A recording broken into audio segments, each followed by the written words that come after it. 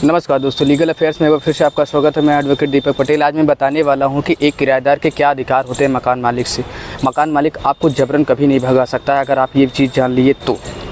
अक्सर सुनने में आता है कि किराएदार मकान मालिक के व्यवहार से परेशान रहता है, लेकिन क्या आप जानते हैं कि कानून में किराएदार के लिए भी कई नियम और अधिकार दिए गए हैं जिन वजह से मकान मालिक उनका शोषण कर ही नहीं सकता है।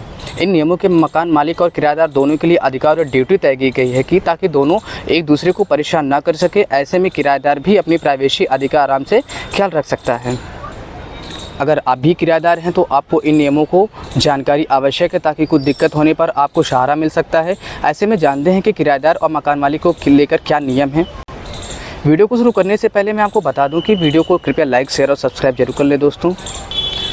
तो सबसे पहले हम बताते हैं कि प्रॉपर्टी के मेंटेनेंस को लेकर क्या रूल है, कि एक मकान मालिक और किराएदार के बीच में क्या रिलेशन होता है प्रॉपर्टी के मेंटेनेंस को लेकर। जब कोई किराएदार किसी संपत्ति पर किराए पर लेता है, किसी संपत्ति को किराए पर लेता है, तो उस संपत्ति के लिए किराएदार और मालिक दोनों जिम्मेदार होते हैं। अगर एग्रीमेंट में कोई खास शर्त नहीं होती है तो वो एक अलग बात है, अगर कोई खास शर्त है तो वो एक अलग बात है। बाकी जनरली अगर सामान्य नियमों की बात करें तो जैसे किराएदार किसी दीवार को गिरा नहीं सकता, लेकिन मकान मालिक भी किराएदार की सहमति के बिना प्रॉपर्टी में कोई बदलाव भी नहीं कर सकता है। तो ये है प्रॉपर्टी के मेंटेनेंस को लेकर रूल है कि बिना सहमति के किराएदार की दीवार को ना मकान मालिक तोड़ सकता है, ना किराएदार मकान मालिक के घर को तोड़ सकता है। सिक्योरिटी मनी को लेकर सबसे बड़ा इशू होता है सिक्योरिटी मनी को लेकर। तो मैं आपको बता दूं, सिक्योरिटी मनी उतनी ही ली जाती है जितना कि सपोज दैट मान लीजिए कि आपका कमरे का किराया है 10,000 रुपये पर मंथ, तो सिक्योरिटी मनी एक महीने के किराए का 3 गुना लिया जाता है। मतलब 3 महीने के किराए के बराबर सिक्योरिटी मनी जमा की जाती है। मतलब 30,000 रुपये आपको सिक्योरिटी मनी के रूप में मकान मालिक के यहाँ जमा करना पड़ेगा। उसके बाद आप उसमें रहना स्टार्ट कर सकते हैं। ऐसे ज़्यादा सिक्योरिटी मनी ली जा रही है तो उसका एक अपना अलग टर्म्स एंड कंडीशन, वो सिर्फ और सिर्फ मकान मालिक का होता है, इसमें कोई रूल नहीं है। बिजली पानी की सुव्यवस्था क्या हो सकती है? मान लीजिए कि किराएदार और मकान मालिक के बीच में लड़ाई हो गई, किसी बात को लेकर लड़ाई झगड़ा हो गया, अब गाली गलौज हो गया, तो मकान मालिक अब सोचता है कि ये तो है हमारे घर में, चलो इसके पानी और बिजली बंद कर देते हैं, ये भाग के जाएगा कहाँ पे। तो मैं बता दूं कि मकान मालिक ना तो किराएदार की बिजली को बंद कर सकता है और ना ही पानी को बंद कर सकता है। तो किराएदार साथियों, और तो आप सावधान रहिए, आपकी पानी और बिजली कटने वाली नहीं है। अच्छा, आपको मान लीजिए बेदखल करना है, किराएदार को मान लीजिए कि अब मकान मालिक निकालना चाहता है, तो निकालने से पहले उसे नोटिस देना अनिवार्य है। विदाउट नोटिस आपको घर से बाहर नहीं निकलना है। लेकिन नोटिस देना कब अनिवार्य है? कई स्थितियों में मकान मालिक को किराएदार को पहले नोटिस देना होगा। ऐसे अगर कोई घर खाली करवाना चाहता है, उसमें कोई रेनोवेशन कराना चाहता है, तो पहले किराएदार को इसकी जानकारी देनी होगी।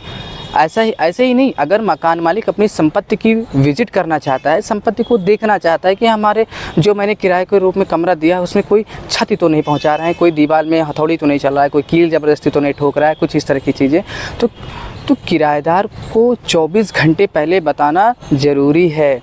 इसके बाद ही वो किराएदार के कब्जे वाली जगह में जा सकता है। साथ ही वो दिन के समय ही घर में एंटर हो सकता है, रात में नहीं जा सकता है। सिर्फ़ और सिर्फ दिन में जाएगा और दिन भर में एक बार जाएगा और 24 घंटे पहले नोटिस दे कर जाएगा आपके कमरे की मॉनिटरिंग करने।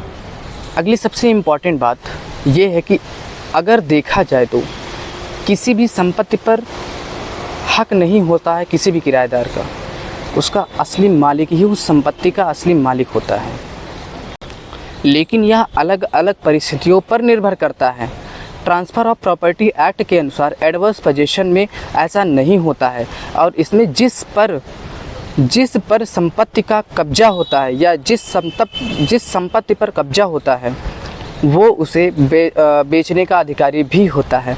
यानी अगर कोई 12 साल तक किसी संपत्ति पर एडवर्स पोजीशन रखता है तो उसे संपत्ति पर अधिकार मिल जाता है। इसीलिए टेनेंट जो विवाद देखने को मिल रहे हैं ना, 12 साल तक एग्रीमेंट पे रहते हैं या नॉन एग्रीमेंट पे रहते हैं, ये लोग बिना एग्रीमेंट किए रहते हैं, अब 12 साल तक कब्जा रखते हैं, उसके बाद मकान छोड़ते ही नहीं हैं, तो ऐसे में विवाद उत्पन्न हो जाता है। तो मैं आपको बता दूं, जितने मकान मालिक हैं, जितने किराएदार हैं, अगर आपका कब्जे करने का मोटिव है तो आप एग्रीमेंट नहीं करना है।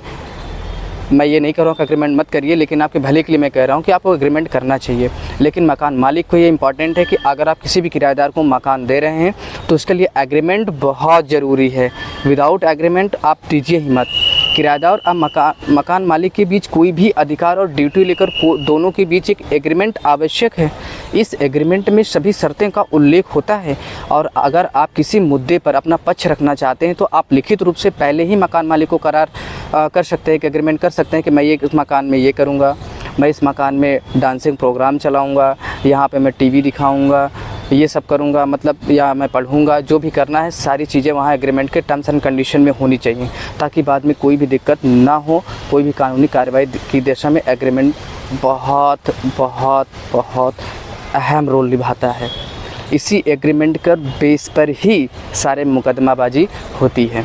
तो दोस्तों, ये वीडियो का अंत है। अगर आपको वीडियो को अच्छी लगी या वीडियो को अगर आपके लायक रही, आपको जानकारी मैंने दिया है, तो वीडियो को लाइक शेयर और सब्सक्राइब ज़रूर करें। और कोई भी दिक्कत हो, लीगल तरीके से कोई भी हमसे आप उपाय चाहते हैं, कोई राय चाहते हैं, कोई कंसल्टेशन लेना है, तो हमारा नंबर लिखा हुआ है, मुझे इस नंबर पर आप मुझे कॉल कर सकते हैं आफ्टर 9 PM, 9 बजे के बाद, क्योंकि कोर्ट का टाइम होता है तो उसमें फ़ोन ना उठाऊं तो इसके लिए बुरा नहीं मानना है। 9 बजे के बाद आपको कॉल करना है। मैं आपके क्वेश्चन के आंसर मैं ज़रूर से ज़रूर देने की कोशिश करूँगा। धन्यवाद।